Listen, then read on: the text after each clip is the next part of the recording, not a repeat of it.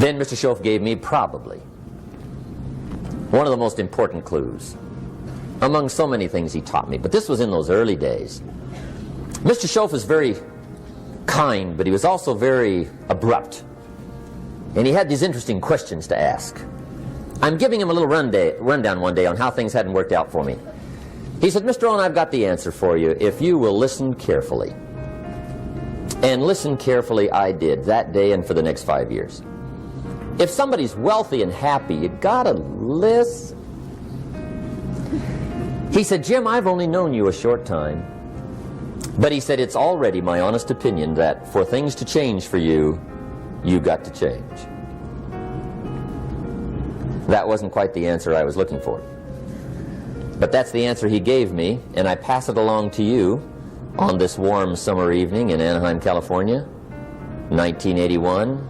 For things to change for you, you've got to change.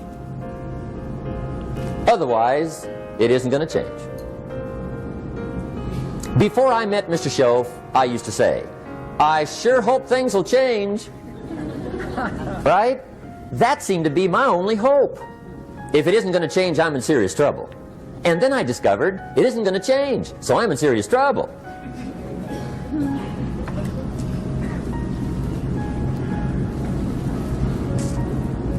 See, I can tell you what the 80s are going to be like. You have dropped into the right place. I did a seminar one time for Standard Oil executives and management in Honolulu. And we're having a conference one day on this big conference table. And one of them said to me, Mr. Rohn, you know some fairly important people halfway around the world. What do you think the 80s are going to be like? I said, gentlemen, I do know the right people. I can tell you. So they all listened very carefully. And I said, gentlemen, based on my wide experience, I can really honestly say to you, in my opinion, in the 80s, it's going to be about like it's always been. Aren't you glad you came? That's inside. I don't pass that around just everywhere. Now, of course, I said that to make a point, but I also said it because it's accurate. It's going to be about like it's always been. It isn't going to change. The tide comes in, and then what? It goes out. For 6,500 years that we know of, recorded history, and probably long before that. So it is not going to change. It gets light, and then what? It turns dark. 6,500 years. See, it's not likely to change. And we're not to be startled by that. And if the sun goes down, the guy says, what's happened, what's happened? It means he hasn't been here long, I guess, right? It always goes down about this time. The guy says, well, I don't like that arrangement. Well, you got to talk to somebody besides me, right? It gets light, then it turns dark. In rotation, the next season after fall is what? Winter. Pray tell, how often does winter follow fall? Every year regularly for the last 6,500 that we know of. See, it is not going to change. Now, some winters are long, and some are short, and some are hard, and some are easy, but they always come right after falls. It isn't going to change. Sometimes you can figure it out, sometimes there's no way to figure it out. Sometimes it goes well, sometimes it gets in a knot. Sometimes it sails along, sometimes it gets in reverse. See, that's not going to change. The last 6,000 years reads like this: opportunity mixed with difficulty. That's how it reads. It isn't going to change. The man says, well, if it isn't going to change, how will my life ever change? Answer, when you change. And whether I'm talking to high school kids or business executives, my message is always the same. And it goes like this: the only way it gets better for you is when you get better.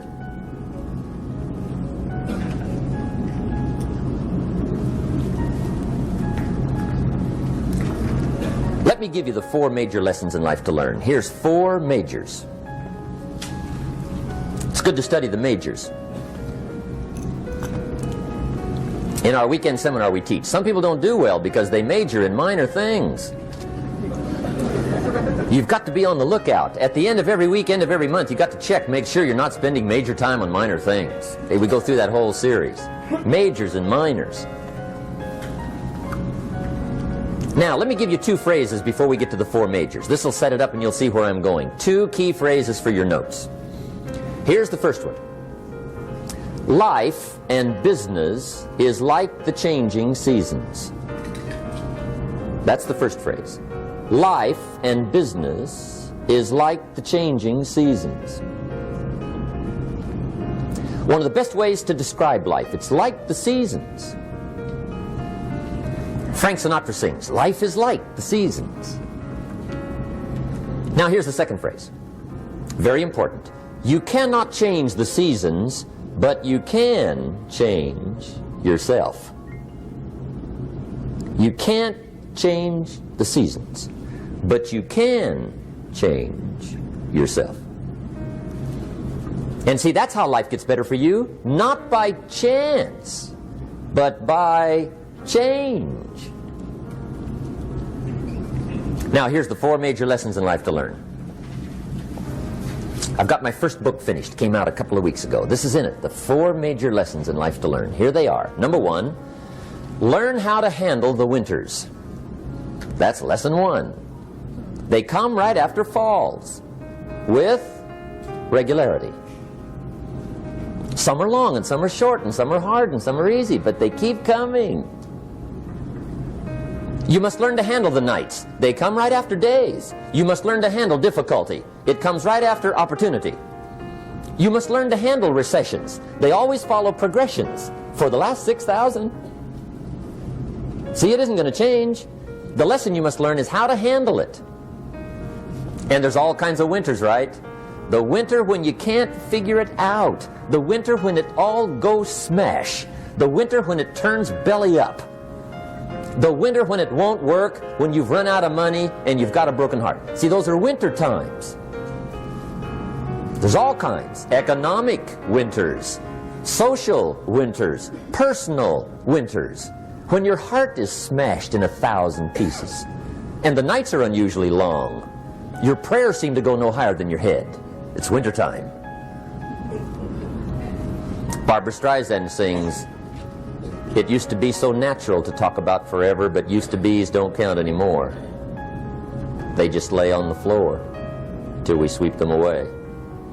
You don't sing me love songs, and you don't say you need me, and you don't bring me flowers anymore." A song of winter. But see, the disappointments come. Those are normal. That's part of life. But the question is, how do you handle it? How do you handle the coming winters and the disappointments and the down times? Well, you can't get rid of January by tearing it off the calendar. But here's what you can do. You can get stronger, you can get wiser, and you can get better. The winters won't change, but you can. And that's how life changes for you. See, before I understood, when it was winter, I used to wish it was summer. I didn't understand.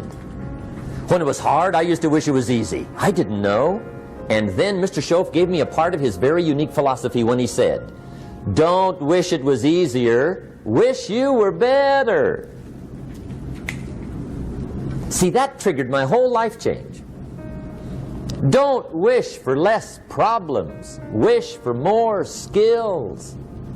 Don't wish for less challenge, wish for more wisdom. That's the key. So that's lesson one, learn how to handle the winters. Here's lesson two, learn how to take advantage of the spring. That's the second one.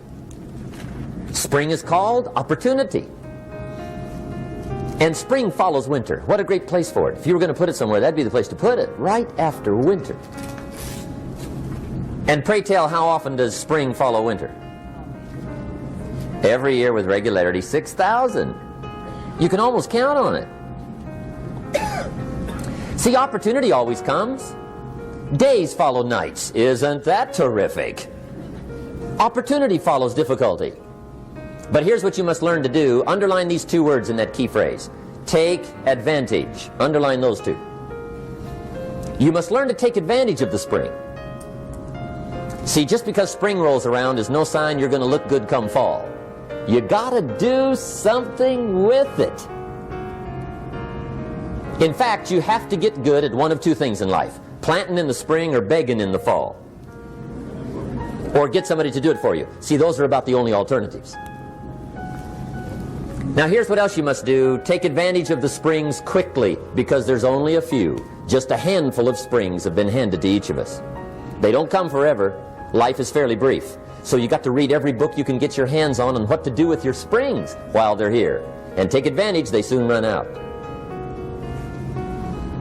The Beatles wrote, "Life is so short."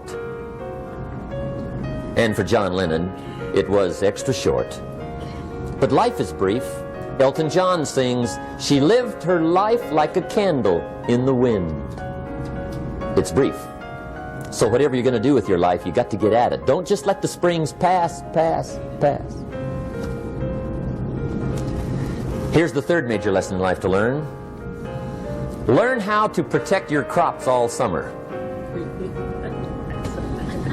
You got to take care of what you start.